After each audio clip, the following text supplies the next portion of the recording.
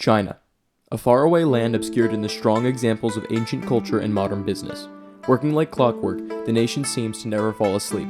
However, behind the already public history of Chinese policy, the government hides a lethal secret from the public eye: the internment and genocide of Muslim citizens.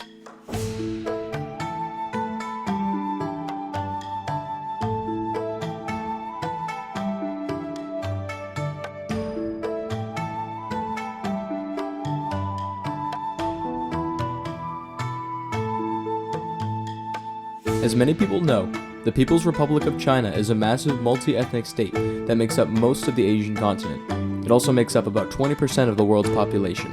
What most people don't know is that this censored state has a long history of Islamophobia, which is mostly ignored by the media. For a long time, Islamic minorities have lived peacefully in China, but in recent years, the state has taken a much more direct action against Muslims. In the last few years, many Uyghur Muslims, a Turkic-speaking group who live in Western China, have been taken from their homes into internment camps, where they are forced to do things that go against their religion, such as shaving their beards and consuming alcohol. However, most people are not aware that these atrocities are happening, as it is largely shrouded by the media. The policy creates an invisible genocide, a wildly atrocious problem behind closed doors at the hands of the Chinese government. But how long exactly has China ran this campaign? Seeing how violent the relationship is between Muslims and the Chinese state, you would think that this has been going on for a while.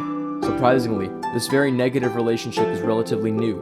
Over 1,000 years ago, Islam entered China, and for most of those 1,000 years the relationship was extremely peaceful, in part because of the small size of the Muslim population. This all changed when the Qing dynasty took in more land, meaning more Muslims. After this, the government tried to slowly shut them down by setting up autonomous regions. In more recent years, however, this policy has drastically changed into explicit assimilation, forcing people to become ethnically Chinese. This is just one of the controlling policies put in by the Xi government. Enforcing this assimilation is both easy for the Chinese government and very unfair to Chinese Muslims. Mosques are being razed, people imprisoned in modern-day internment camps, others massacred. Their family members living in other countries have little to no contact with their relatives. When they can contact their relatives, it's monitored directly by the Chinese government.